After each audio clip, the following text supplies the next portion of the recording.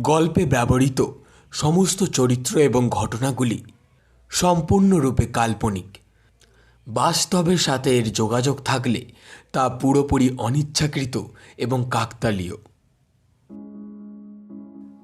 রাজ্যের ক্ষমতাশালী প্রতিমন্ত্রী সাধনবাবুর একমাত্র কন্যার অস্বাভাবিক মৃত্যুতে টলে পড়েছে গোটা রাজ্য। দাঙ্গাদাঙ্গি, মারপিট, রক্তে ভিজে গেছে রাজপথ। মিডিয়াতেও এখনো ট্রেন্ডিং খবর। তানিয়ার মৃত্যুটা খুন না আত্মহত্যা? সকল প্রশ্নের উত্তর জানার জন্য শুনতে থাকুন আমাদের আজকের গল্প, শ্রী অভিষেক গুপ্তের কাহিনী হীরকের গোয়েন্দাগিরি। অভিষেক গুপ্তর জন্ম কলকাতায়। বর্তমানে হায়দ্রাবাদে একটি তথ্য প্রযুক্তি সংস্থায় কর্মরত। লেখালেখির শুরু 7 বছর বয়স থেকে। প্রথম ইংরেজি বই মুক্তি পায় 2015 সালে। ক্রমে আরও 7টি ইংরেজি বই প্রকাশিত হয় লেখকের। পেয়েছেন একাধিক সাহিত্য পুরস্কার ও বেস্ট সেলারের স্বীকৃতি। অবশেষে 2021 সালে অভিষেক গুপ্ত প্রকাশ করলেন তাঁর প্রথম বাংলা বই কলকাতার অন্ধকারে। 3টি রহস্য গল্পের সংকলন এই বইটি ইতিমধ্যেই পাঠক মহলে সাড়া ফেলে দিয়েছে। আমাদের আজকের গল্প হীরকের গোয়েন্দাগিরি গল্পটি আমরা নিয়েছি কলকাতা অন্ধকারে নামক বইটি থেকে। বইটি কেনার লিঙ্ক ডেসক্রিপশন বক্সে দেওয়া রইল। শুরু হচ্ছে আজকের গল্প।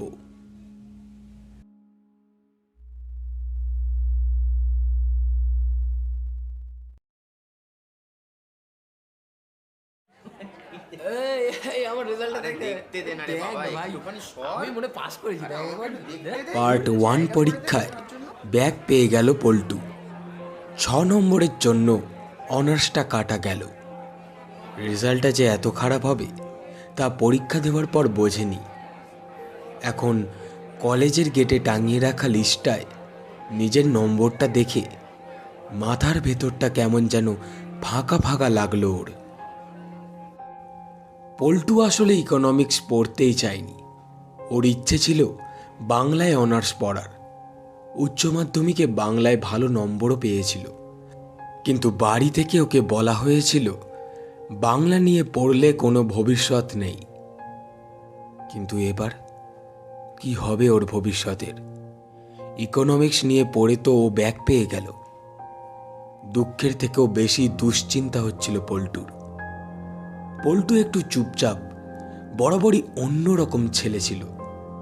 কেউ কোনো প্রশ্ন করলে সঙ্গে সঙ্গে উত্তর করতে পারত না, একটু ভেবে জবাব দিত। আকাশ দিয়ে প্লেন উড়ে গেলে প্রতিবার মাথা তুলে তাকিয়ে দেখত পল্টু। যতক্ষণ দেখা যায়, যতক্ষণ না কোনো উঁচু বাড়ির আড়ালে বা দূরের নীল দিগন্তে প্লেনটা অদৃশ্য হয়ে যাচ্ছে। সেরকম কাছের কোনো বন্ধুও ছিল না। চিলেকোঠার ঘরে একটা নিজস্ব কল্পনার জগৎ ছিল, আর ছিল গল্পের বই, কবিতার খাতা আর একটা ডেস্কটপ কম্পিউটার। ও এদের নিয়েই সময় কাটাতো। সময়টা 2003।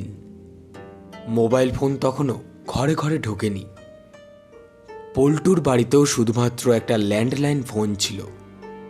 খুব একটা পড়ুয়া ছিল না ও কোনো কালেই, তবে মোটের উপর ভালোই রেজাল্ট করত। মাধ্যমিকে 5টা লেটার নিয়ে স্টারও পেয়েছিল। সেই দেখেই বাবা মা চেয়েছিলেন ছেলে সায়েন্স নিয়ে পড়ুক, জয়েন্ট দিক। মেডিকেলে না পেলেও ইঞ্জিনিয়ারিংয়ে অনেক শেষের দিকে স্থান পেয়েছিল পল্টু। কলকাতার কোনো কলেজেই চান্স পেত না ওই নম্বর নিয়ে। বাইরে হোস্টেলে থেকে পড়তে হতো। নরম সরম ছেলেকে বাবা মা বাড়ি থেকে বাইরে পাঠাতে চাননি তখনই। পল্টুও হাঁপ ছেড়ে বেঁচেছিল। তারপর কি ভেবে যে ইকোনমিক্স পড়ানোর সিদ্ধান্ত নিলেন বাবা মা, আর কিভাবে যে ভালো কলেজে অ্যাডমিশনও পেয়ে গেল পল্টু, তা নিয়ে ওর মাঝে মাঝেই দ্বন্দ্ব লাগতো। কিন্তু এখন তো বিপদ, ঘোর বিপদ। লিস্টে জলজল করছে হীরক মিত্র 134। ওর পছন্দের ভালো নামটার পাশেই ওই কদাকার নম্বরটা। ইস, আর 6টা নম্বর যদি কোনোভাবে পেয়ে যেত। কি করবে এবার? কিছুক্ষণ হাতের নখ খেয়ে 7-5 ভেবে বাড়ি ফেরার সিদ্ধান্ত নিল পল্টু। এই হীরক, দাঁড়া, কোথায় যাচ্ছিস? পেছন ফিরে দেখল জয় আর শুভ দাঁড়িয়ে, ওর 2 সহপাঠী। বাড়ি যাচ্ছি রে। চল, আমরা পৌঁছে দিই তোকে। হঠাৎ? এইটুকু তো রাস্তা, আমি তো হেঁটে একাই ফিরি রোজ। আজ তোরা কেন যাবি? চল না, একটু হাঁটা হবে, ওখান থেকে বাসে উঠে যাব আমরা। পল্টু বুঝল জয় আর শুভ ওকে নিয়ে ভয় পাচ্ছে, ভাবছে ওর মন খারাপ, ধাক্কা খেয়েছে, যদি কিছু করে বসে, তাই এই সাবধানতা। ভালোই লাগলো পল্টুর ব্যাপারটা। সবাই তো ফার্স্ট গার্ল শ্যামলীকে নিয়ে হুড়োহুড়ি করছে, অন্তত 2 জন তো ওর কথা ভাবল। বাড়ির গলির মুখে পৌঁছে বন্ধুদের বিদায় জানালো পল্টু।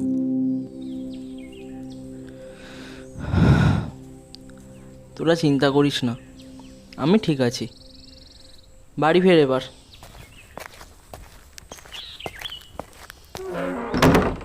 বাড়ি পৌঁছে পল্টু দেখল মা ঠাকুর ঘরে। ওর রেজাল্টের দিনগুলিতে এটাই করে মা।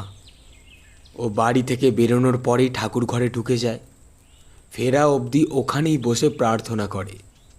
ঘড়ি দেখল পল্টু, বাবা ফিরবেন আর 8 ঘন্টার মধ্যে। নিজের ঘরে ঢুকে দরজাটা বন্ধ করে দিল। পাখাটা চালিয়ে খাটে শুয়ে কখন যেন চোখটা একটু লেগে গিয়েছিল। ঘুম ভাঙল দরজা ধাক্কানোর শব্দে। দরজার বাইরে বাবা মা দাঁড়িয়ে। কিরে, কেমন হলো? এসে থেকে ঘরে ঢুকে আছিস, কিছু জানালি না যে? রেজাল্ট ভালো হয়নি নাকি? সব বলল পল্টু। বাড়ির ভেতরটা মুহূর্তে কেমন যেন শ্মশান হয়ে গেল। মা বাবা ধাক্কাটার জন্য প্রস্তুত ছিলেন না। পরীক্ষা দিয়ে তো বলিসনি এত খারাপ হয়েছে। আমি কি করে বুঝবো? মোটামুটি তো সবই লিখেছিলাম। না, বুঝতে পারিনি আবার। ন্যাকামি যত সব, দামি দামি বই, 2 প্রাইভেট টিউটর, আর শেষে কিনা এইরকম রেজাল্ট। জানিস, এই মিত্র বাড়িতে আজ পর্যন্ত কেউ ফেল করেনি। আরে, আমিও কি করেছি? বুঝতেই তো পারছি না কি হয়েছে। দেখেছো, কোনো অনুশোচনা নেই, আবার উল্টে মেজাজ দেখাচ্ছে। পুরো চিট করলো আমাদের। আসলে পড়েই নে কিছু, সারাদিন খালি টিভি, কম্পিউটার, কবিতা লেখা, দরজা বন্ধ করে এই সব করে গেছে। উফ, অসহ্য। চিলেকোঠার দিকে পা বাড়ালো পল্টু। সিঁড়ি দিয়ে উঠতে উঠতে শুনল মা বলছে, মরতে পারলি না কেন তুই? মরার বিশেষ ইচ্ছে ছিল না পল্টুর। পরের দিন সকালে আবার কলেজ গেল ও। যা বুঝল, ওর সামনে এখন 2টো বিকল্প, হয় অনার্সের মায়া ত্যাগ করে পাস কোর্স স্টুডেন্ট হয়ে যাওয়া, আর নইলে একটা বছর নষ্ট করে পরের বছর আবার পার্ট 1 দেওয়া। তবে দ্বিতীয় বিকল্প বাছাই করলে সামনের 1 বছর কলেজে কোনো ক্লাস করতে পারবে না, বাড়িতে থেকেই নিজেকে পড়তে হবে। কি করবে ভাবতে ভাবতে কলেজের গেটের বাইরে এলো পল্টু। সামনে চায়ের দোকান থেকে জয় উঠে এলো। শোন না, তোর সাথে একটু কথা ছিল। কালকে কাউকে বলিনি, আমারও না অনার্সটা কাটা গেছে, বুঝলি? চমকে জয়ের মুখের দিকে তাকালো পল্টু। তুই হাসছিস?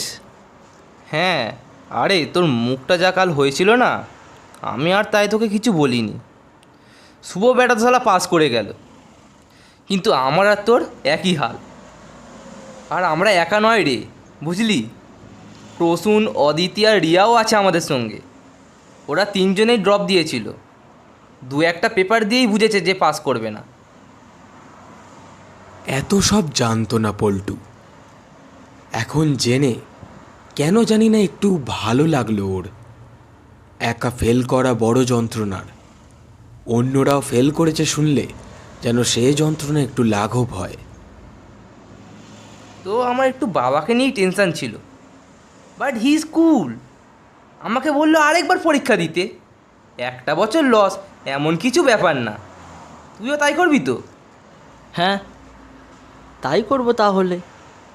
আচ্ছা শোন, কলেজে তো আর ক্লাস করতে দেবে না, এদিকে আরজি স্যার আমাদের টিউশনেও নেবে না, আর উনি তো ড্রপ আউটদের পড়ানো না।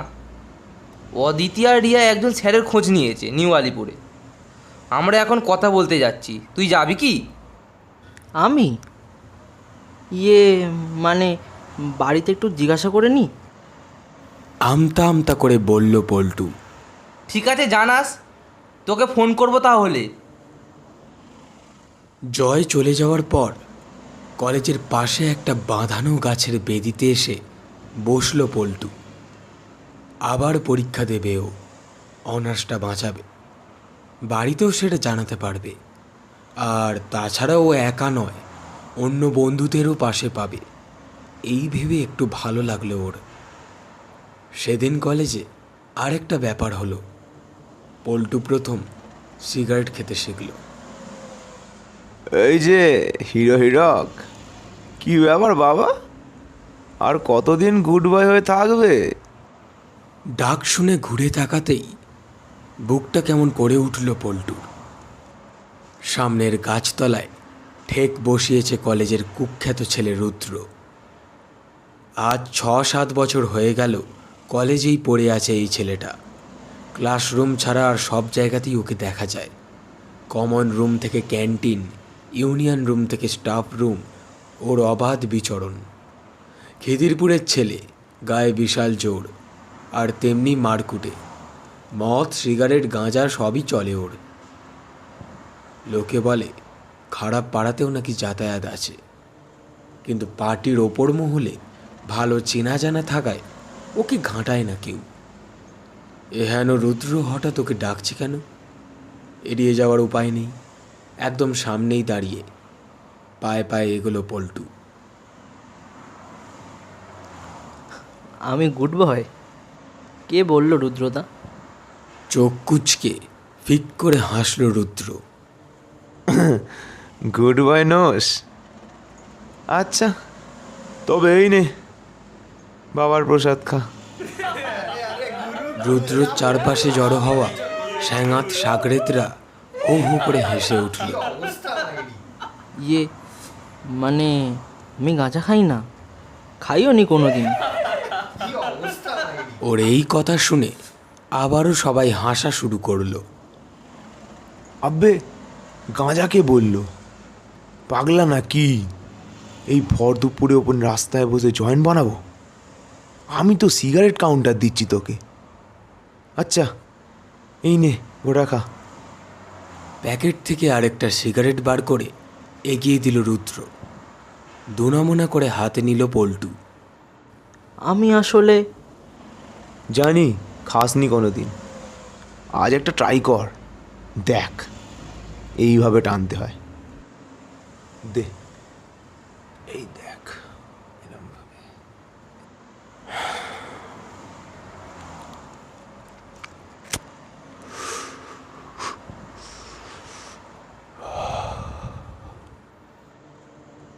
একটা লম্বা টান দিয়ে ধোঁয়া ছেড়ে দেখালো রুদ্র। সিগারেট সম্বন্ধে একটা কৌতূহল বরাবরই ছিল পল্টুর। কিছুটা ইতস্তত করে রুদ্রর থেকে লাইটারটা নিল ও। অন্য অনেকের মতো প্রথম টানে কাশি এলো না, কিন্তু মাথাটা বো করে ঘুরে গেল। তাড়াতাড়ি গাছের বেদিতে বসে পড়ল। রুদ্রর চেলাগুলি আবার সমস্যারে হেসে উঠল। কিছুটা রাগের বশেই এবার পরপর 2-3টে টান দিল পল্টু, আর অমনি দমকে কাশি এলো। চোখ থেকে জল বেরিয়ে এলো কাশতে কাশতে। রুদ্র উঠে এসে পিঠে একটা হাত রাখল। আর খেতে হবে না, দিয়ে দে। ওদিকে চল দেখি। পল্টুর পিঠে হাত রেখে পাশের গলিতে ঢুকল রুদ্র। কলেজের গা ঘেঁষা এই গলিটা মূলত গাড়ি পার্কিংয়ের কাজে ব্যবহার হয়। দেখ, তোর রেজাল্ট আমি জেনেছি হীরক। খারাপ লাগলো তোর জন্য। তোরা তো ভালো ছেলে, কোনো বাওয়ালেও থাকিস না। তোর এরকম হলো কেন? জানি না রুদ্রদা, আমিও বুঝিনি পরীক্ষা এতটা খারাপ হবে। আবার নেক্সট ইয়ার পরীক্ষা দেবো ঠিক করেছি। বাহ, ভালো করেছিস। নিজের বাইকের ওপর চেপে বসে হেলমেটটা হাতে নিয়ে কিছুক্ষণ কি যেন ভাবল রুদ্র। তারপর বলল, শোন, এই সময়টা একটু কঠিন, চাপ নিবি না একদম। অনেক ভালো ছেলে মেয়েকে এই স্টেজে ডুবে যেতে দেখেছি। তুই পড়াশোনায় ফোকাস রাখবি শুধু। সবে 20-21 বছর বয়স তোর, নানা রকম হাতছানি আসবে। খারাপটা যে খারাপ সেটা বোঝার আগেই দেখবি জড়িয়ে গিয়েছিস।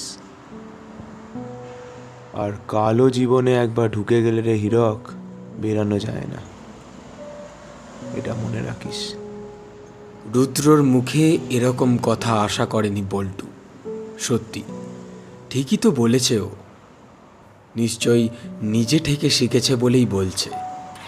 হেলমেটটা মাথায় গলিয়ে নিয়ে এবার বাইক স্টার্ট দিল রুদ্র। আর হ্যাঁ, একটা বছর দেখতে দেখতে কেটে যাবে, আর পরের বার কিন্তু পরীক্ষায় ফাটিয়ে দিস। আর হ্যাঁ শোন, কলেজে আসিস কিন্তু মাঝে মাঝে, বাড়িতে বসে থাকিস না সারাদিন। কমন রুমে আসবি, ক্যারাম টিটি খেলবি, মন ভালো থাকবে, ঠিক আছে? পল্টু হেসে মাথা নাড়ল। বাইকের ধোঁয়া ছেড়ে চলে গেল রুদ্র। পল্টু দেখল দূরে গাছের আড়ালে থাকা প্রথম বিকেলের সূর্যটায় আস্তে আস্তে কমলা আভা লাগছে। বাড়ি ফেরার আগে ওর স্ট্যাটিস্টিক্সের টিউটর শীর্ষেন্দু স্যারের বাড়ি থেকে ঘুরে এলো পল্টু। অনার্সের 4টে পেপারের একটা ছিল স্ট্যাটিস্টিক্স। সেটাই স্যারের কাছে পড়তে যেত ও। ওর রেজাল্ট শুনে স্যারও বেশ মনমরা হয়ে গেলেন। ফেল করলে আবার পেপার রিভিউ করানো যায় না, ইউনিভার্সিটির এক অদ্ভুত নিয়ম। তাই তোমাকে আবার পরীক্ষা দিতেই হবে। তবে আমার কাছে আর এসো না, একই জিনিস আর কি পড়াবো বলো, শুধু শুধু বাবা মায়ের পয়সা নষ্ট। পল্টু বুঝল স্যার হাত ধুয়ে ফেলতে চান। সফল ছাত্রদেরই কেবল পড়াবেন উনি, অকৃতকার্যদের কোনো জায়গা নেই ওনার টিউশনে। মা কালীঘাটে পুজো দিয়ে এসেছিলেন, বাড়ি ফিরতে প্রসাদ দিলেন, আর একটা বড় জবা ফুল দিয়ে বললেন পড়ার টেবিলে রেখে দিতে। পল্টুর বাঁ হাতে একটা লাল ধাগা বেঁধে দিলেন। মায়ের আশীর্বাদ নিয়ে এসেছি, এবার মন দিয়ে পড়, ভালো হবে দেখিস। কম্পিউটারটা চালিয়ে একটা ছবি আঁকার চেষ্টা করলো পল্টু। বাবা বাড়ি ফিরে ওকে বাইরের ঘর থেকে ডাকলেন। শোন, আমার অফিস কালিকের এক আত্মীয়ের মেয়ে ইকোনমিক্সে টিউশন পড়ায়। ওই সাধন সেন আছেন না, পার্টির বড় নেতা, ওনারই মেয়ে তানিয়া। মেয়েটা এমএসসি পাস করে সিভিল সার্ভিসের জন্য এখন তৈরি হচ্ছে। বরাবর মেয়েটা ফার্স্ট ক্লাস পেয়ে এসেছে, এক কথায় যাকে ব্রিলিয়ান্ট স্টুডেন্ট বলে। গড়িয়ায় ওর বাড়িতে গিয়েই তোকে পড়তে হবে। কাল সকালে একবার গিয়ে কথা বলে আয় দেখি। বাবাকে রাজীব স্যারের কথাটাও বলল পল্টু। বাবা শুনে খুশিই হলেন। তা বেশ, তো দু জায়গাতেই ভর্তি হয়ে যায় একসঙ্গে। রাজীব স্যারের কাছে ব্যাচে পড়বি, একটা কম্পিটিশন থাকবে। আর এই মেয়েটা তানিয়া, এর কাছে পার্সোনাল কেয়ারও পাবি, ভালোই হবে। রাতে খাওয়ার পর একবার ছাদে এলো পল্টু। ছাদটা ওর খুব প্রিয়, সেই ছোট্ট থেকেই। আর রাতে খাওয়ার পর পায়চারি করার অভ্যেসটাও অনেক দিনের। আজ খুব মেঘলা, অনেক মেঘ আকাশে। চাঁদের আলো ঠিকরে ঠিকরে পড়ছে মেঘের গায়ে লেগে। ছাদের কোণের টবগুলি থেকে ফুলের গন্ধ ভেসে আসছে।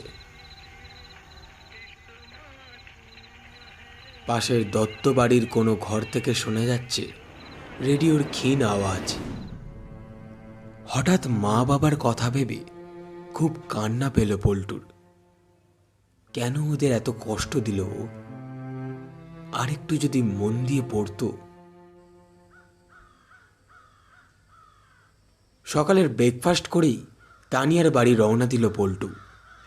তখন কি আর জানতো যে শুধু পড়া নয়, আরো অনেক কিছু ওর শেখা হবে ওই বাড়ি থেকে। ঘন কুয়াশায় ঢাকা একটা জঙ্গল, তার মাঝখান থেকে দৌড়চ্ছে পল্টু।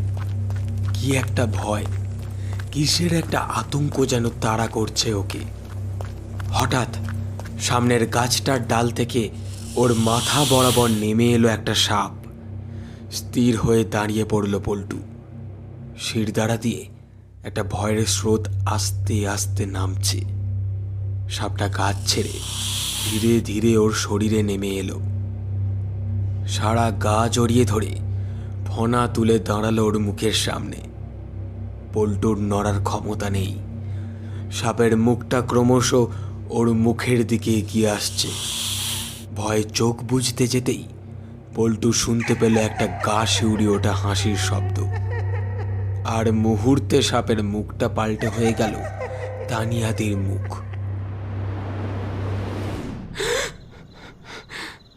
উফ, কি সাংঘাতিক দুঃস্বপ্ন!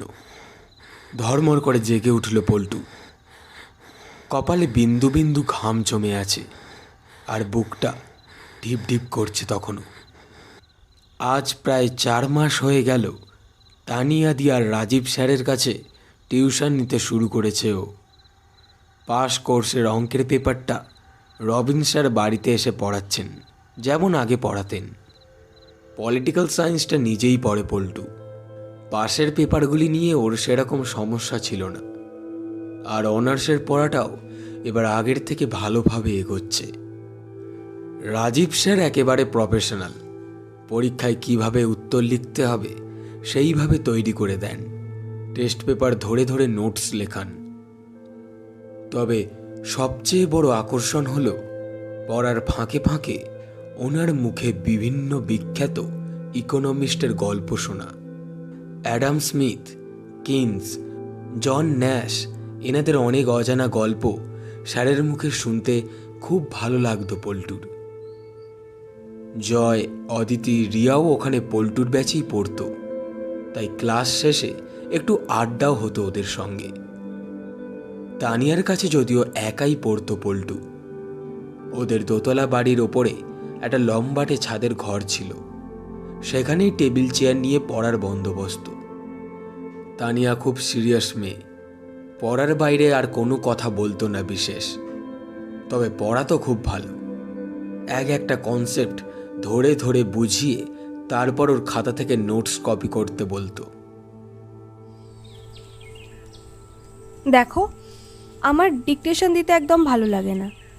তুমি এখান থেকে দেখে দেখে কপি করে নাও।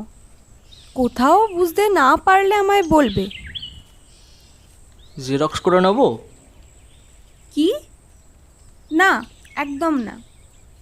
তারপর সেই জেরক্স এক কোণে পড়ে থাকবে, আর ছুঁয়েও দেখবে না তুমি। ওসব জানা আছে আমার। শোনো, যা পড়ালাম এই যে সঙ্গে সঙ্গে লিখছো, এতে পড়াটা মাথায় থাকবে। বাড়ি ফিরে মুখস্থ করে আরেকবার না দেখে লিখবে কিন্তু। কড়া ধমক খেয়ে তারপর থেকে আর কথা বাড়ায়নি পল্টু। চুপচাপ নোটস কপি করত। বাস্তবিক এতদিন ওর পড়ার কোনো সিস্টেম ছিল না। কিছু জেরক্সের পাতা, একটা খাতায় কলেজের নোটস, আর একটায় আরজি স্যারের নোটস, সব মিলিয়ে মিশিয়ে জগা খিচুড়ি হয়েছিল। এবারে প্রথম থেকেই একটু গুছিয়ে পড়া শুরু করলো। হাতে সময় বেশি নেই, মেরে কেটে আর 9-10 মাস, তারপর আবার পরীক্ষা। পল্টু যখন লিখত তখন উল্টো দিকে চেয়ারে বসে নিজের পড়া করত তানিয়া। একদিন কি মনে হতে খাতা থেকে হঠাৎ মুখ তুলে তাকালো পল্টু। দেখল চশমার আড়াল দিয়ে তানিয়ার উজ্জ্বল দুটো চোখ সোজা ওর দিকেই তাকিয়ে। চোখাচোখি হতেই সঙ্গে সঙ্গে চোখ নামিয়ে নিল তানিয়া। মুখে একটা অস্বস্তির ভাব এসেই মিলিয়ে গেল আবার। পল্টু বিশেষ না ভেবে আবার লেখায় মন দিল।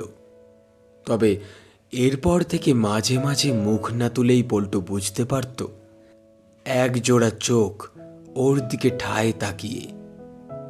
আরও কয়েকটা ব্যাপার খেয়াল করল ও। খাতা দেওয়া নেওয়া করতে গিয়ে অসাবধানে হাত ছুঁয়ে নেওয়া, কখনো বা পড়া দেখানোর নাম করে পাশে চেয়ার টেনে খুব ঘনিষ্ঠ হয়ে বসা, সব যে খুব স্বাভাবিক নয় তা বোঝার বয়স হয়েছিল পল্টুর। সত্যি বলতে কি, খুব একটা খারাপ লাগছিল না ওর। স্কুল কলেজে কিছু মেয়ে বন্ধু ছিল পল্টুর, তবে কেউ এরকম আগ্রহ দেখায়নি কখনো ওর প্রতি।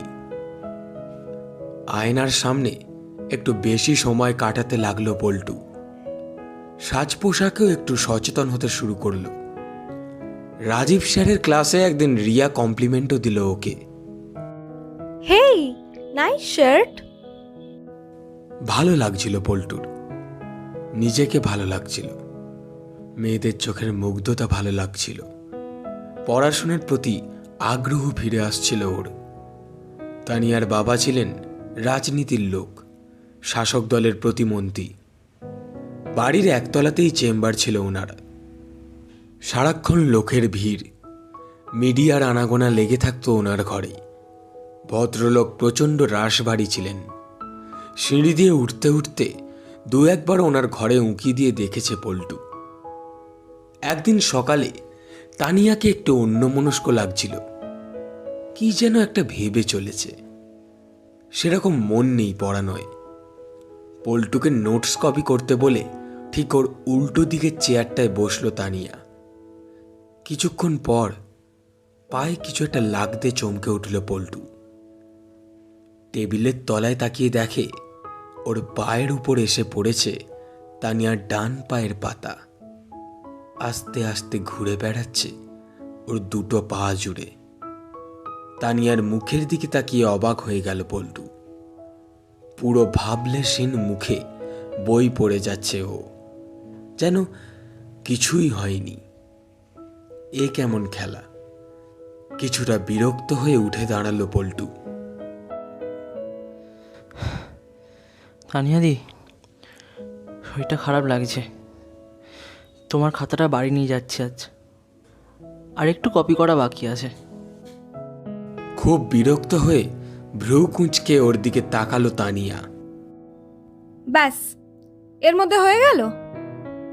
কোনো মন দিচ্ছ না আজকাল পড়ায়। যাও, চলে যাও, পরের দিন টেস্ট নেব কিন্তু আমি। ঝাঁঝিয়ে উঠল তানিয়া। রাগটা কেন হয়েছে বেশ ভালোই বুঝতে পারল পল্টু, কিন্তু কথা না বাড়িয়ে সিঁড়ি দিয়ে তাড়াতাড়ি নেমে এলো ও। এই ছেলে, একবার এই ঘরে শুনে যাও। তানিয়ার বাবার ঘর থেকে ডাকটা শুনে একবার থমকে দাঁড়ালো পল্টু। তারপর পায়ে পায়ে এগিয়ে গেল ঘরের ভিতর। আজ কোনো কারণে ভদ্রলোকের চেম্বার ফাঁকা। ধুতি পাঞ্জাবি পরে সকাল সকালই ফিটফাট হয়ে বসে আছেন উনি।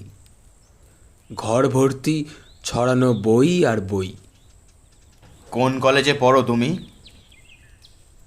কলেজের নামটা শুনে আবার প্রশ্ন করলেন। তা ওখানকার ছাত্র সংসদে আছো তো তুমি? পল্টু মাথা নিচু করে বলল, না, মানে আমি রাজনীতি নিয়ে বিশেষ আগ্রহী নও, তাই তো? আর হবেই বা কেন? তোমরা ভদ্রঘরের ছেলেরা সব পড়াশোনা করে কেরিয়ার করবে, আর তারপর নাক সিটকে বলবে এই দেশের কিচ্ছু হবে না। আরে এই জন্যই তো হয় না, তোমাদের মতো ব্রিলিয়ান্ট ছেলেমেয়েরা রাজনীতিতে আসে না বলে। কি বলবে ভেবে পেল না পল্টু। চুপ করে দাঁড়িয়ে থাকলো ও। তানিয়ার বাবা বেচার মুখে বসে আছেন, ওকে যেতেও বলছেন না। তাই কি করবে বুঝতে পারছিল না।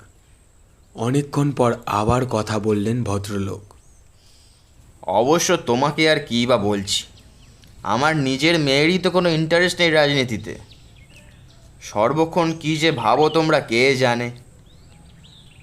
যাকগে, একটা কাজ করো দেখি, তোমাদের কলেজে জিএসকে একবার দেখা করতে বলো তো আমার সাথে। তা তুমি এখন যাও। বাবা মেয়ে দুজনেরই মুখ নাড়া খেয়ে মেজাজটা খিচড়ে গেল পল্টুর। একটা সিগারেট এখন ভীষণ দরকার ওর। বিকেলে বাড়ি থেকে বেরিয়ে একটু ইতিউতি ঘুরে বেড়ালো পল্টু। দেশপ্রিয় পার্কের বেঞ্চে বসে থাকলো কিছুক্ষণ। ফিরে এসে জল খাবার খেয়ে পড়তে শুরু করলো। আবার রাতের খাবার পর পড়তে পড়তে কখন ঘুমিয়ে পড়েছিল ও।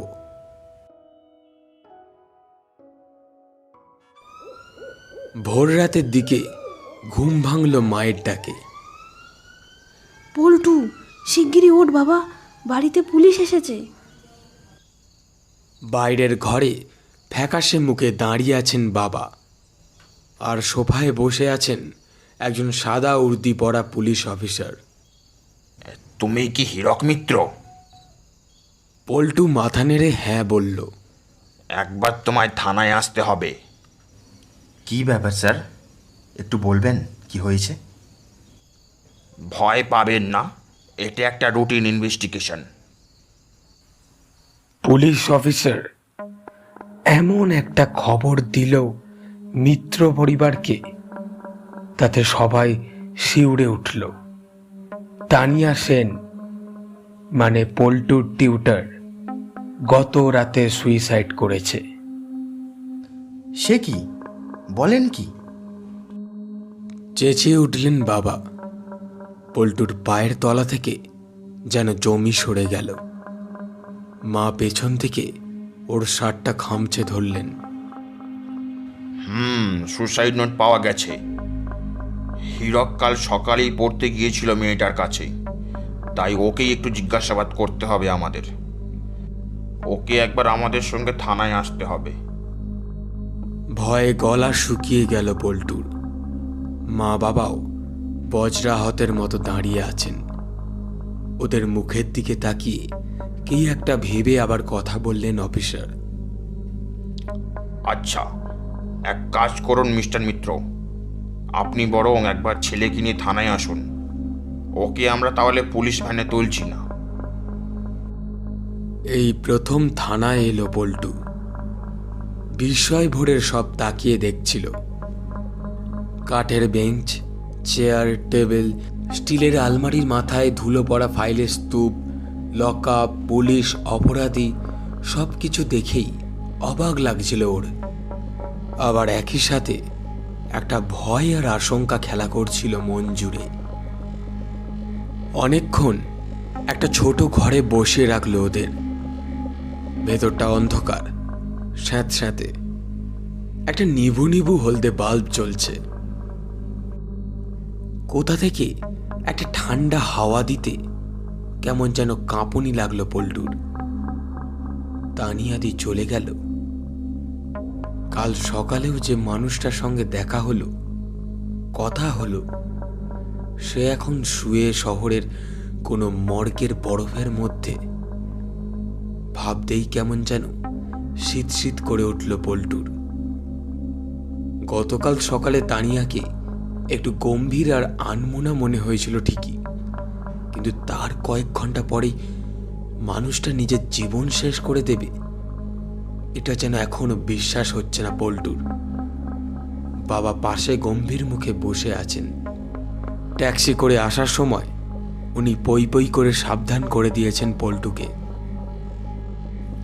বোবার শত্রু নেই, বুঝেছিস তো? একদম বেশি কথা বলবি না থানায় গিয়ে। ওরা নানাভাবে ঘুরিয়ে পেঁচিয়ে তোকে প্রশ্ন করতে পারে। তুই শুধু বলবি আমি কিছু জানি না, অন্য দিনের মতো পড়াশোনা করে চলে এসেছি, ব্যাস।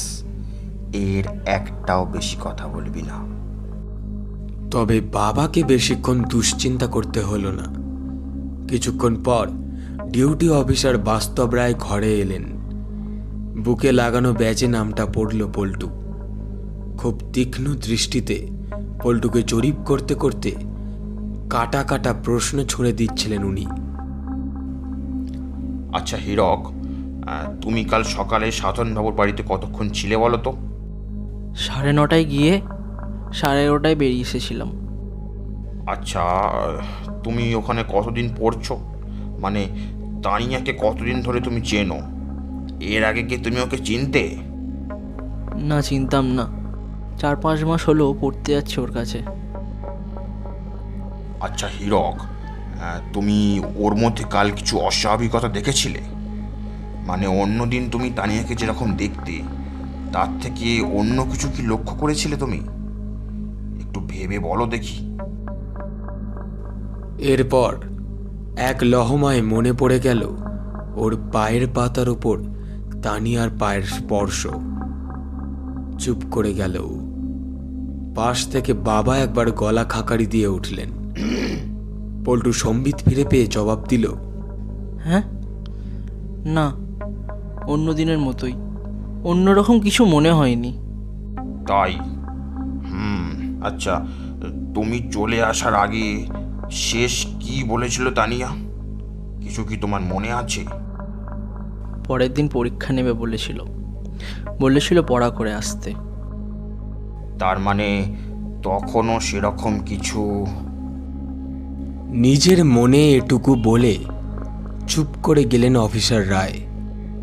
তারপর একটা দীর্ঘশ্বাস ছেড়ে আবার পল্টুর দিকে ফিরলেন।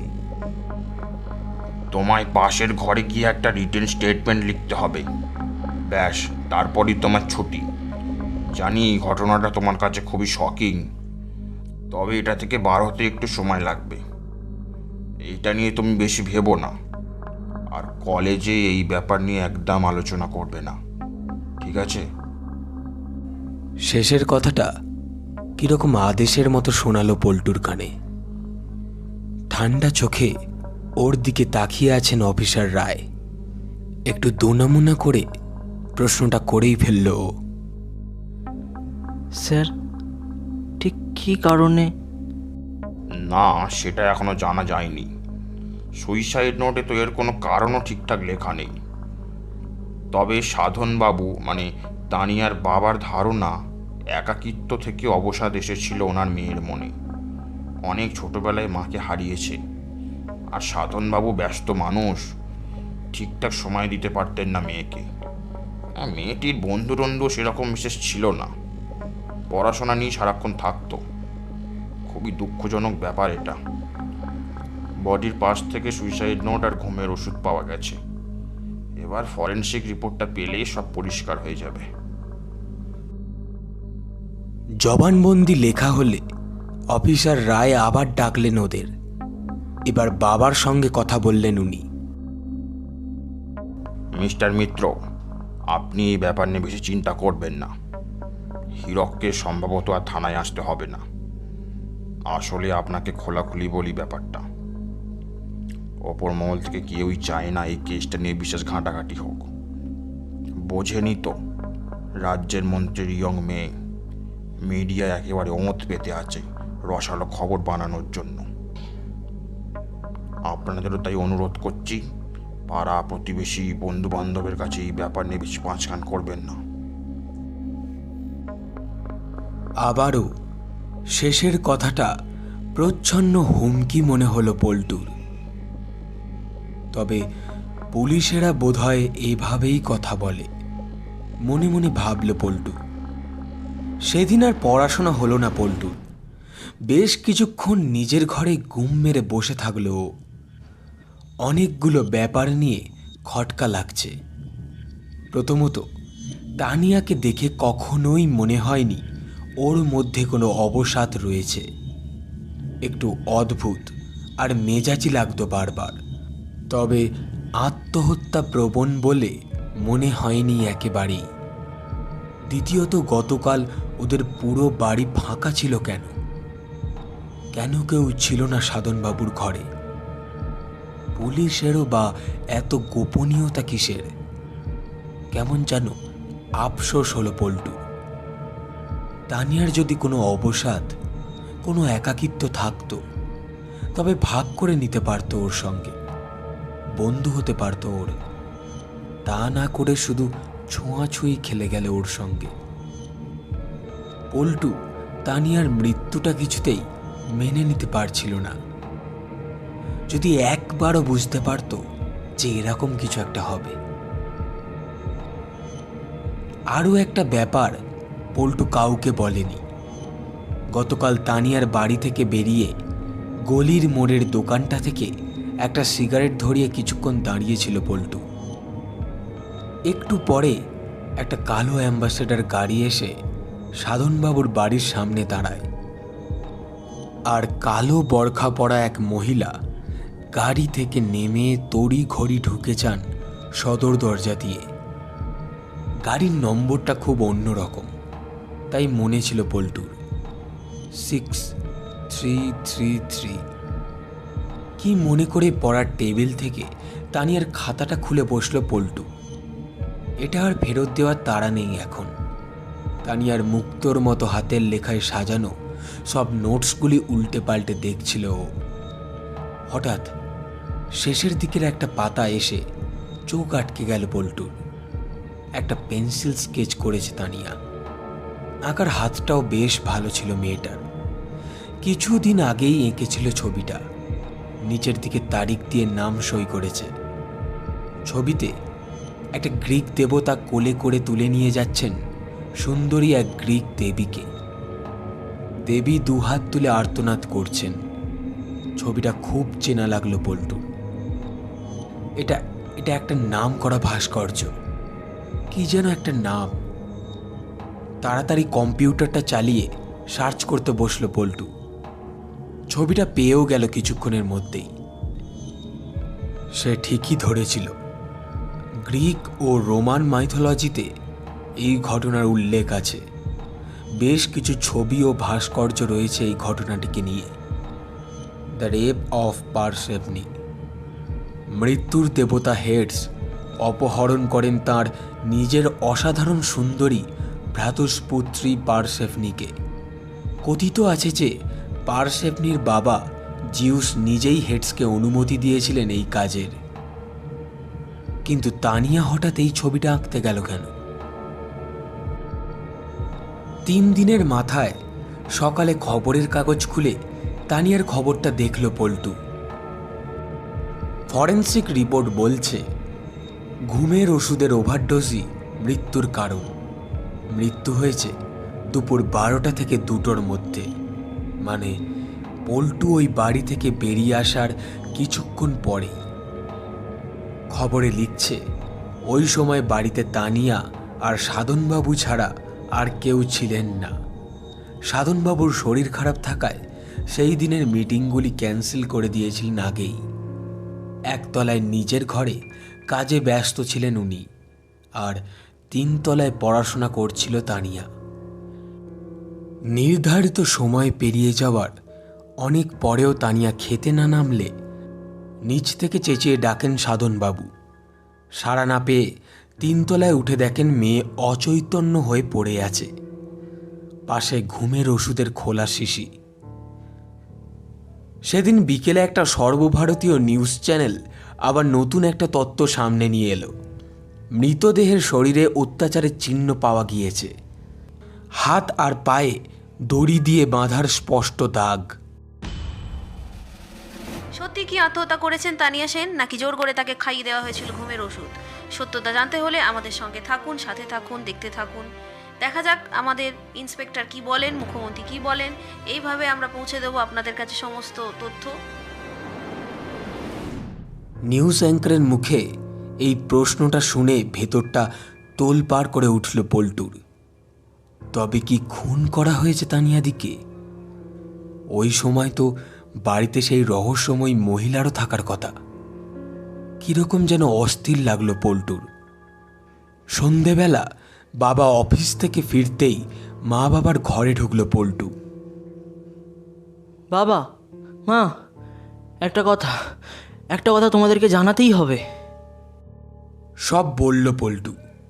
কালো অ্যাম্বাসেডার গাড়ি, বরখা পরা সেই মহিলা, তানিয়ার খাতায় আঁকা ছবি, সব শুনে প্রথম কথা বললেন মা। তুই সিগারেট খাস? ছি ছি ছি ছি, এইসব কবে শুরু করেছিস? আর এইসব আমাদের সামনে বলেছিস, ভুল করেও অন্য কারোর সামনে মুখে আনবি না। ওরা সব ক্ষমতাবান মানুষ, কি দরকার ওদের ব্যাপারে থাকার? মা কি বলছো? তানিয়া দি এতদিন আমায় পড়িয়েছে, আমার শিক্ষিকা ছিলেন তো। যদি সত্যিও আত্মহত্যা না করে থাকে, খুন হয়ে গিয়ে থাকে, তুমি কি চাইবে না ওর অপরাধীরা শাস্তি পাক? বাবা মুখ খুললেন এইবার। মা ঠিকই বলছেন, থানায় গিয়ে কোনো লাভ নেই পল্টু, ওরা বরং উল্টে তোকেই ফাঁসিয়ে দেবে। তবে আবার তুই যেটা বলছিস সেটাও একদিক থেকে ঠিক, সত্যিটা সামনে আসা দরকার। দাঁড়া, প্রতিমকে একবার ফোন করি, দরকার হলে কাল সকালেই লালবাজার গিয়ে ওর সাথে একবার দেখা করে আসবো আমি, আর তুইও যাস আমার সঙ্গে। প্রতিম সরকার পল্টুর বাবার স্কুলের বন্ধু, গোয়েন্দা বিভাগের উঁচু পোস্টে কাজ করেন। পুলিশ পল্টুকে ডেকে জিজ্ঞাসাবাদ করার পরেই ওনাকে ফোন করে ঘটনাটা জানিয়ে রেখেছিলেন পল্টুর বাবা। কাকু আশ্বাস দিয়েছিলেন পরে কোনো রকম সমস্যা হলে উনি সাহায্য করবেন। মা যদিও জোর আপত্তি তুলেছিলেন ব্যাপারটায়, কিন্তু শেষে পল্টুর জেদের কাছে হার মানতে বাধ্য হলেন।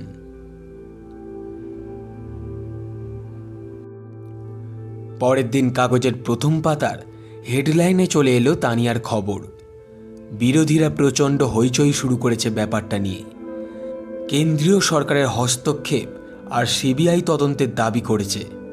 কেন্দ্রে যে পার্টির সরকার, তারাই রাজ্যের প্রধান বিরোধী দল। তাই এই ইস্যুটা একেবারে লুফে নিয়েছেন বিরোধী দলের নেতারা। তানিয়ার মামার বাড়ি থেকে খুনের অভিযোগ আনা হয়েছে সাধনবাবুর নামে। ওনারা বলছেন যে তানিয়ার মা গীতা দেবীও নাকি এই রকমই আকস্মিকভাবে মারা গিয়েছিলেন। সাধনবাবু অবশ্য গোটাটাই আষাঢ়ে গল্প এবং রাজনৈতিক ষড়যন্ত্র বলে উড়িয়ে দিচ্ছেন। পুলিশ থেকেও এখনো পর্যন্ত দাবি করা হচ্ছে যে এটা হত্যা নয়, এটা আত্মহত্যা। প্রতিম কাকু বেশ গম্ভীর হয়ে পল্টুর বাবার সঙ্গে কথা বলছিলেন সেদিন সকালে। সেন্টার থেকে চাপ আসছে বুঝলি অশোক, তদন্তের ভার হয়তো কলকাতা পুলিশের হাত থেকে সিবিআইয়ের হাতে চলে যাবে। জানিসই তো কেন্দ্র আর রাজ্যের সম্পর্ক আদায় কাঁচকলায়, কিন্তু তাই একটা ছুতো খুঁজছিল এদের পেঁচে ফেলার। সহজে ছাড়বে ব্যাপারটা? আসলে সাধনবাবু প্রতিমন্ত্রী হলেও পার্টির সংগঠনটা উনিই চালান। ভোটের মেশিনারি ওনার কথা মতোই কাজ করে। পার্টিটা মন দিয়ে করবেন বলেই সরকারে খুব একটা গুরুত্বপূর্ণ মন্ত্রগুনি নেননি। তাই কেন্দ্রীয় সরকার ভালো মতো জানে ওনাকে টার্গেট করতে পারলে এ রাজ্যে পার্টির ভিতটাই তলিয়ে দিতে পারবে ওরা, বুঝলি? যাগে, এসব কথা থাক। পল্টু বলো, তুমি কি জানতে চাও বলো। পল্টু প্রথমে তানিয়ার খাতার ছবিটা দেখালো কাকুকে। কাকু দেখে মাথা নাড়লেন। বাবা মায়ের সম্পর্ক সহজ ছিল না। তানিয়ার অন্য খাতা ডায়েরিতেও এরকম কিছু ছবি আর আর অসংলগ্ন লেখা পেয়েছি আমরা, কিন্তু খোলামেলাভাবে কিছু লেখা নেই। হতে পারে বাবার ঔদাসীন্য অথবা বাবার সাথে সম্পর্কের হতাশা, এসব তানিয়ার অবসাদের একটা বড় কারণ। পল্টু জানে না কোথা থেকে একটা অদ্ভুত সাহস চলে এলো ওর মনে। নিজের মনের কথাটা খুলে বলল পল্টু। কাকু, আমার মনে হয় না তানিয়া দি অবসাদগ্রস্ত ছিলেন। সেদিন একটু অন্যমনস্ক আর চিন্তিত দেখেছিলাম ঠিকই, কিন্তু আমার ধারণা সে আত্মহত্যা করতে পারে না। কি বলতে চাইছো তুমি? আমার ধারণা এটা একটা খুন, আর সাধনবাবু মিথ্যে কথা বলছেন। আহ পল্টু, কি হচ্ছে কি? বাবা ধমক দিয়ে উঠলেন পাশ থেকে। না না, ঠিক আছে, ওকে বলতে দে। হাত তুলে আশ্বস্ত করলেন প্রতিম কাকু। আচ্ছা, কি মিথ্যা কথা বলছেন সাধনবাবু? পল্টু ওই বরখা পরা মহিলার কথা এবার জানালো প্রতিম কাকুকে। কাকু একটু গলা খাকারি দিয়ে একবার বাবার দিকে তাকিয়ে আবার পল্টুর দিকে ফিরলেন। তুমি বড় হয়েছ, তাই তোমার সামনেই বলছি, সাধনবাবু ধোয়া তুলসী পাতা নন, বিপদনিক মানুষ। নানা রকম শখ আহ্লাদ আছে ওর। শহরের একটা অভিজাত হোটেলে ওনার নামে একটা ঘর বুক করা থাকে বছর ভোর। বিভিন্ন প্রয়োজনে মহিলারা আসেন ওনার কাছে। এগুলি খুব একটা বেশি কেউ জানে না, সবই আড়ালে আড়ালে হয়। তাই কেউ এসে থাকলেও মিডিয়াতে ফলাও করে নিশ্চয়ই বলবেন না উনি, সেটাই স্বাভাবিক। তবে হ্যাঁ, দিনের বেলা মেয়ের উপস্থিতিতে বাড়িতে এসব না না, এটা একটু সন্দেহজনক ঠেকছে।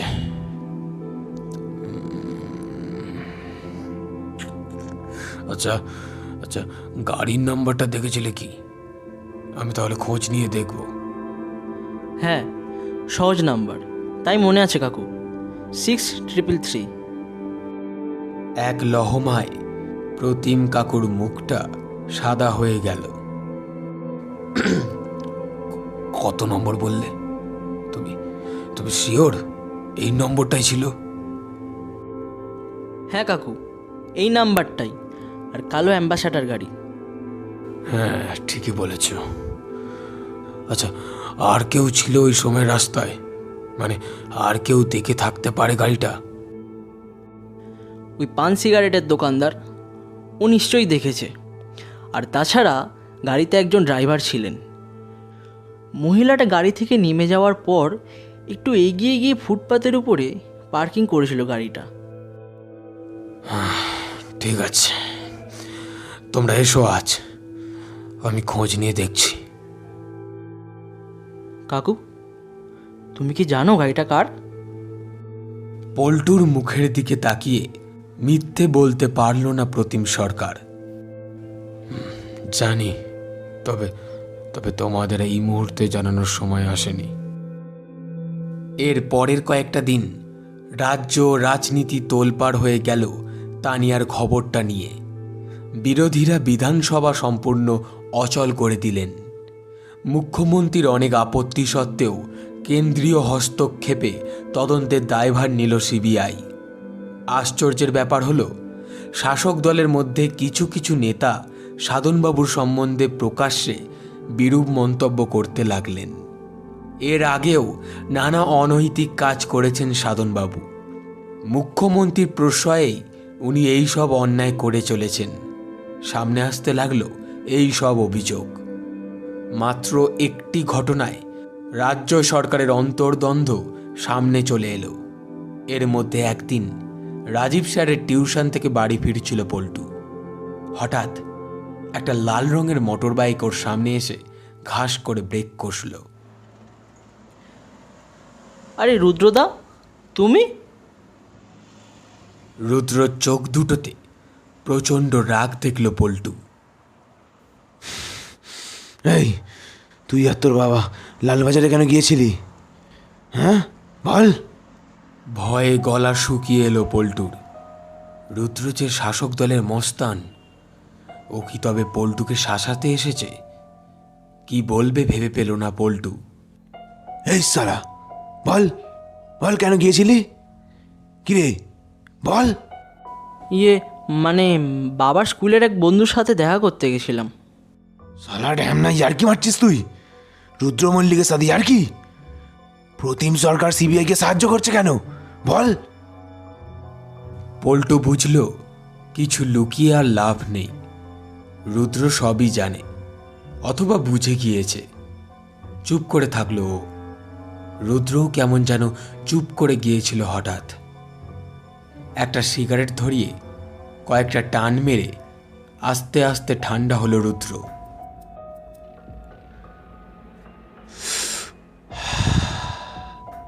আমার রাগটা কোথায় বলতো? এত বড় পাঙ্গা নিচ্ছিস, থানা পুলিশ করছিস, অথচ আমাকে একবারও বললি না। আরে আমি তো এই পার্টির হয়েই খাটি, সব কটা ভেতরের লোককে চিনি। আমাকে আগে থেকে বলবি তো? আসলে আসলে সবাই তো তাড়াতাড়ি হয়ে গেল, আর তাছাড়া কলেজ তো আর বিশেষ যাই না এখন। হ্যাঁ, তা আসবে কেন? তুমি তো এখন ভিআইপি, লালবাজারে খাতির তোমার। শোন হীরক, সাধনদা ফেসেছে, ওকে সিবিআই অ্যারেস্ট করবেই।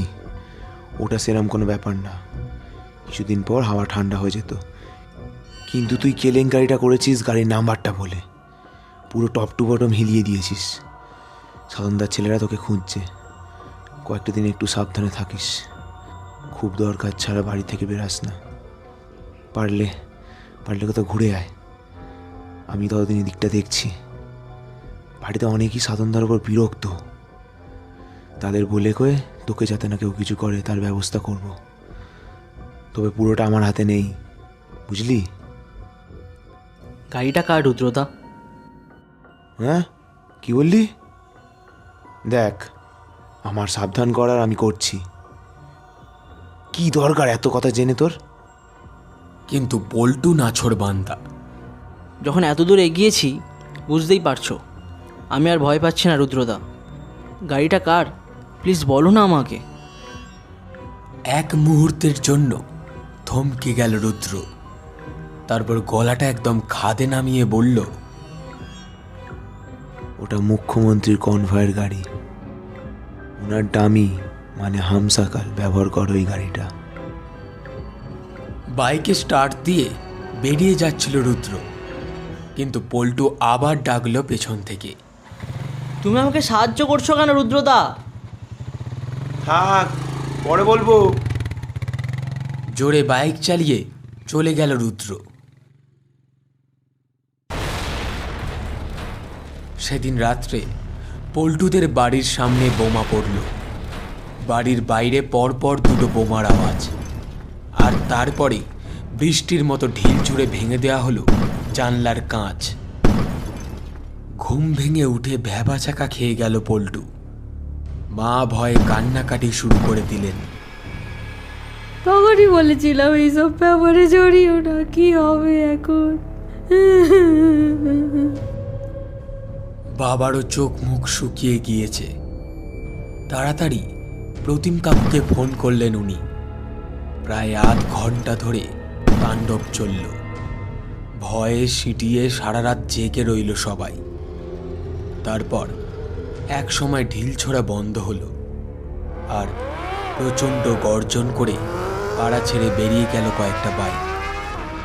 লোকাল থানা থেকে ফোর্স চলে এলো তার কিছুক্ষণ পরেই।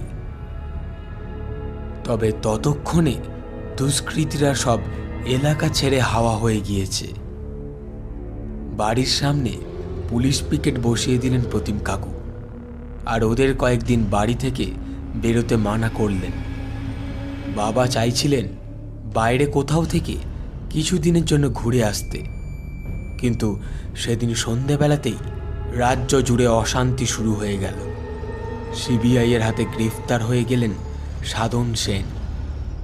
দার্জিলিং সফররত মুখ্যমন্ত্রী অজয় সোম বললেন, এই গ্রেপ্তার গণতন্ত্রের উপর আঘাত, অশুভ শক্তির জয়। সারা কলকাতা জুড়ে সেদিন সন্ধে দফায় দফায় রাজনৈতিক সংঘর্ষ হলো। রক্তে ভাসল রাজপথ।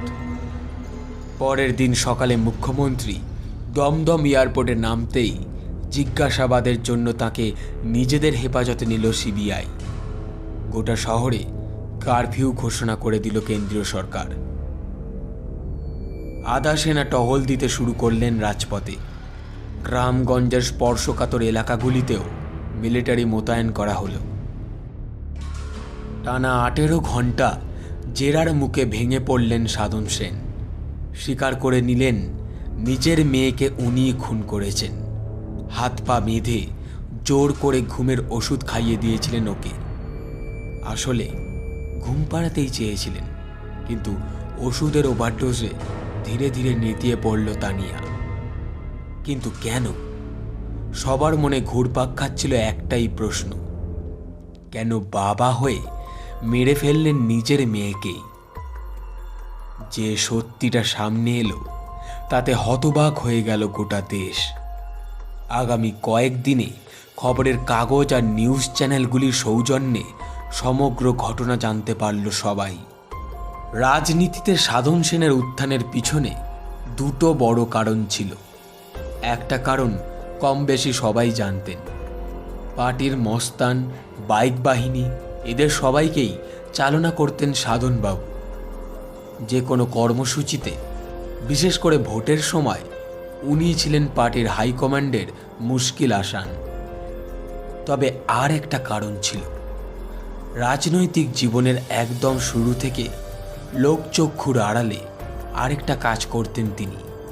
মুখ্যমন্ত্রী অজয় সোমের লালসা মেটানোর ব্যবস্থা করে দিতেন। টালিগঞ্জের উঠতি নায়িকা থেকে সদর স্ট্রিট অঞ্চলের বিদেশি তরুণী, মুখ্যমন্ত্রীর ফার্ম হাউসে এদের সবাইকে পাঠানোর বন্দোবস্ত করতেন সাধনবাবু। এবং এসবই হতো অত্যন্ত গোপনে। সবাই ভাবত সাধনবাবুর নিজের চরিত্রের দোষ, কিন্তু আসল দুশ্চরিত্র ছিলেন মুখ্যমন্ত্রী নিজে। সাধনবাবু ওনাকে মেয়ে জোগাড় দিতেন। ভাগ্যের পরিহাসে একদিন মুখ্যমন্ত্রীর নজর গিয়ে পড়ল তানিয়ার ওপর। তানিয়াকে ভোগ করার জন্য পাগল হয়ে উঠলেন উনি, এবং বরাবরের মতো এবারেও সাধনবাবুকেই বললেন ব্যবস্থা করে দিতে। প্রথমে শুনেই না করে দেন সাধনবাবু। দুজনের কথাবার্তাও বন্ধ ছিল কিছুদিন, কিন্তু একের পর এক টোপ সাজাতে লাগলেন মুখ্যমন্ত্রী। সুইস অ্যাকাউন্টে মোটা টাকা, রাজ্য জুড়ে একাধিক রিয়েল এস্টেট প্রজেক্টের বরাত পাইয়ে দেওয়া থেকে শুরু হয়েছিল। অবশেষে তুরুপের তাসটা বের করেন মুখ্যমন্ত্রী। প্রতিশ্রুতি দেন আগামী নির্বাচনে জিতে ক্ষমতায় এসে সাধনবাবুকে হোম মিনিস্টার বানিয়ে দেবেন, আর তানিয়া হবে দলের মহিলা মোর্চার প্রধান। সারা জীবন কাদা ঘাঁটতে ঘাঁটতে সাধনবাবুর মধ্যে মরালিটি বলে আর কিছু অবশিষ্ট ছিল না। তাই শেষকালে রাজি হয়ে গিয়েছিলেন উনি। কিন্তু তানিয়া কিছুতেই রাজি হচ্ছিল না। ঘেন্না লেগেছিল ওর নিজের বাবার মুখে এসব কথা শুনে। বিদেশে চলে যাওয়ার চেষ্টা করছিল তানিয়া।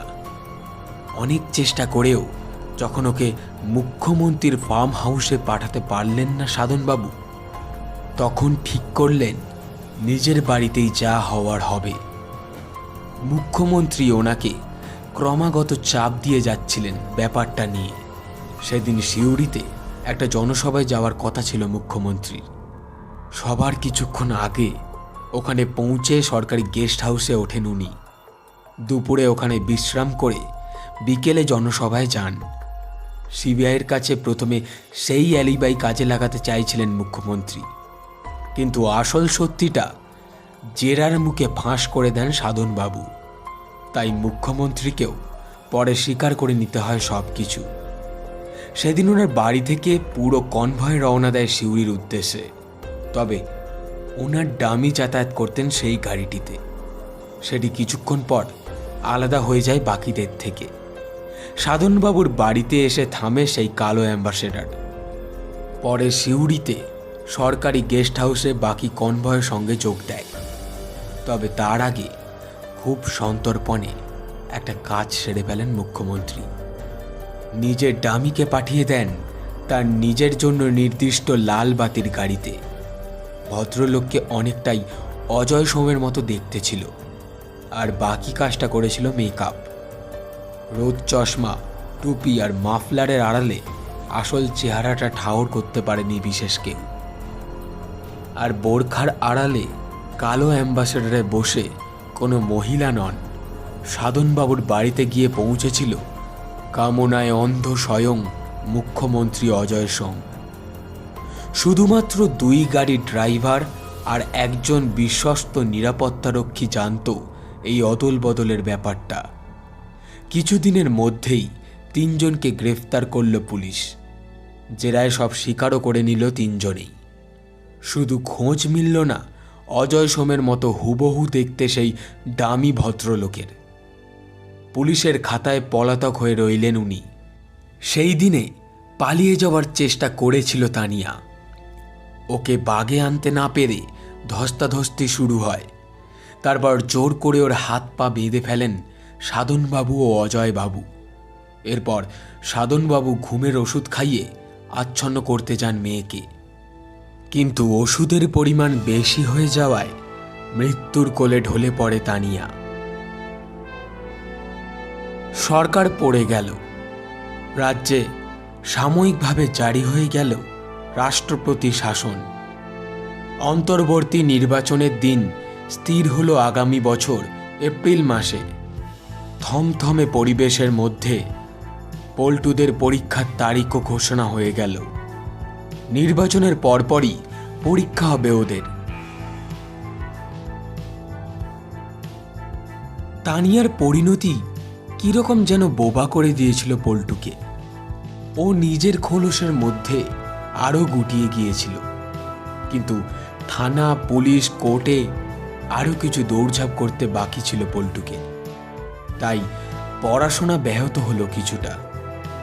তানিয়ার মামার করা মামলার ভিত্তিতে সাধন সেন আর অজয় সোমের বিরুদ্ধে খুনের মামলা শুরু হলো।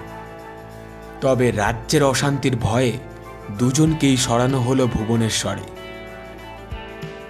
মামলাও সরে গেল ওড়িশার কোর্টে। পল্টুর বয়ান খুব গুরুত্বপূর্ণ সাক্ষ্য হয়ে দাঁড়ালো ওই মামলার। শাসক দল হেরে গেল ভোটে। দলের মধ্যে ভাঙন ধরতে শুরু হয়েছিল ওই ঘটনার পরে।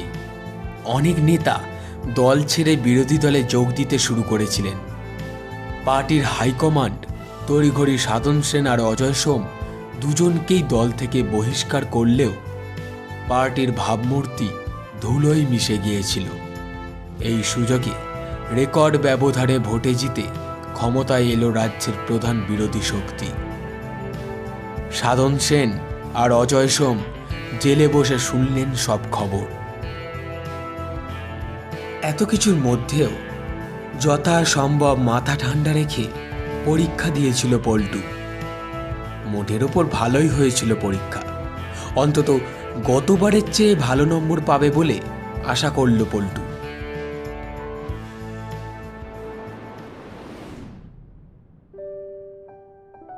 এর মধ্যে আরেকটা কাজও করেছিল পল্টু। রিয়ার সঙ্গে রুদ্রর আলাপটা ওই করিয়ে দিয়েছিল। বহুদিন ধরে রিয়াকে ভালো লাগতো রুদ্রর, কিন্তু কথা বলতে লজ্জা পেত। পল্টুর মুখে সে কথা শুনে হেসে কুটিপাটি হয়ে গিয়েছিল রিয়া।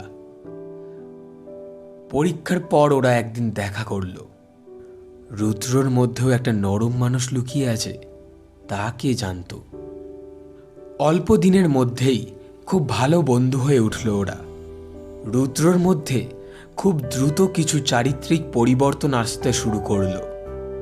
রিয়া জীবনে আসার পর অন্ধকার থেকে আলোয় ফেরার স্বপ্ন দেখল রুদ্র। ঠিক করল পার্টির কাজ ছেড়ে একটা ছোটখাটো ব্যবসা শুরু করবে। দেখতে দেখতে রেজাল্টের দিন চলে এলো। দুরু দুরু বুকে কলেজে পা বাড়ালো পল্টু। বিকেল 5টা নাগাদ লিস্ট টাঙিয়ে দেওয়া হলো মেন গেটে। মুহূর্তে বদলে গেল কলেজের সামনেটা। ধাক্কাধাক্কি, হুড়োহুড়ি, মারামারিতে পল্টুর চশমা প্রায় ভেঙে যাওয়ার জোগাড়। আর কিছুক্ষণ পল্টু ধাক্কাধাক্কি করে হাল ছেড়ে দিল। হঠাৎ দেখতে পেল জয়ের লম্বা মাথাটা লিস্টের একদম সামনে পৌঁছে গিয়েছে। জয়, জয় আমারটা দেখ একবার। আমি সামনে যেতে পারছি না, আমারটা দেখ। চেঁচিয়ে বলল পল্টু। বেশ কিছুক্ষণ পর জয়ের ঘর্মাক্ত শরীরটা এসে দাঁড়ালো পল্টুর সামনে। পাস করে গেছিস রে হীরক, 204, মানে 51%। অদিতি তো ফার্স্ট ক্লাস পেয়েছি আবার। চল রাজীব স্যারকে একবার জানিয়ে যাই। যেন হাঁপ ছেড়ে বাঁচল পল্টু। এই একটা বছর দুঃস্বপ্নের মতো কেটেছে। এতদিনের সাপ মুক্তি হলো যেন। আনন্দে চোখের পাতা ভিজে গেল পল্টুর। পরক্ষণেই হঠাৎ তানিয়াদির কথা মনে পড়তে মনটা ভারী হয়ে এলো। আজকে ওর পাশ করার পেছনে তানিয়ারও অবদান রয়েছে অবশ্যই। ওর সেই খাতাটা যত্ন করে তুলে রেখেছে পল্টু। ওর লেখানো নোটসগুলো পড়তে পড়তে সময় সময় ওকে মনে পড়তো পল্টুর। কি বলতো তানিয়া আজকের ওর রেজাল্টটা শুনে? কিছু হয়নি, একদম খারাপ রেজাল্ট করেছ, এই রকম বলতো নিশ্চয়ই ধমকের সুরে। ভাবতে ভাবতে নিজের মনেই হেসে ফেলল পল্টু। এই এই হীরক, তুই হাসছিস না কাঁদছিস? চোখে জল কেন তোর? চল চল এগোই আমরা। জয়ের হাতটা নেমে এলো পল্টুর পিঠে। তাড়াতাড়ি চোখটা মুছল পল্টু। জয়, তোরা এগো, আমি বাড়ি যাই, মা চিন্তা করবে। আর তাছাড়া আজ তোকে আমায় বাড়ি পৌঁছে দিতে হবে না, হীরক মিত্র পাশ করে গেছে অবশেষে। ঠোঁটের কোণে এক চিলতে হাসি এনে বলল পল্টু। শহরে সন্ধে নামছে, আস্তে আস্তে জ্বলে উঠছে রাস্তার আলোগুলি।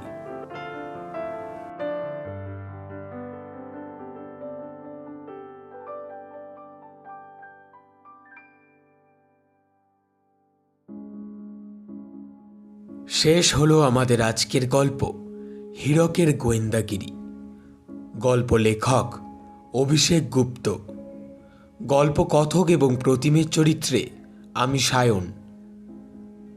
হীরকের বাবা সাধনবাবু এবং পুলিশ বাস্তব রায়ের চরিত্রে রাহুল, রুদ্র, সূর্য, জয় এবং অন্যান্য চরিত্রে দীপঙ্কর, তানিয়া এবং রিয়ার চরিত্রে মধুরিমা, হীরকের মা এবং news anchor Shilpa, Shirshendu sir এবং অজয় সোম সুমিত দাশগুপ্ত, পল্টু ওরফে হীরকের চরিত্রে অনিকেত।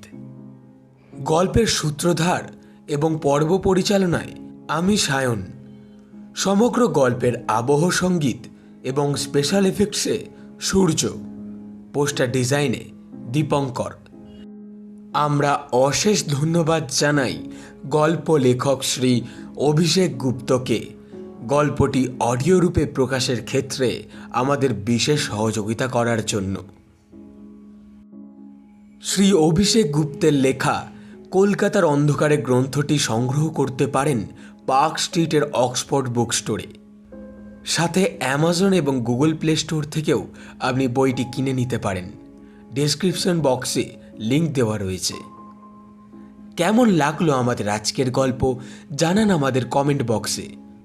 আমাদের গল্প নিয়মিত শুনতে হলে চ্যানেলটিকে সাবস্ক্রাইব করতে পারেন। আবার একটি নতুন গল্প নিয়ে হাজির হব আমরা।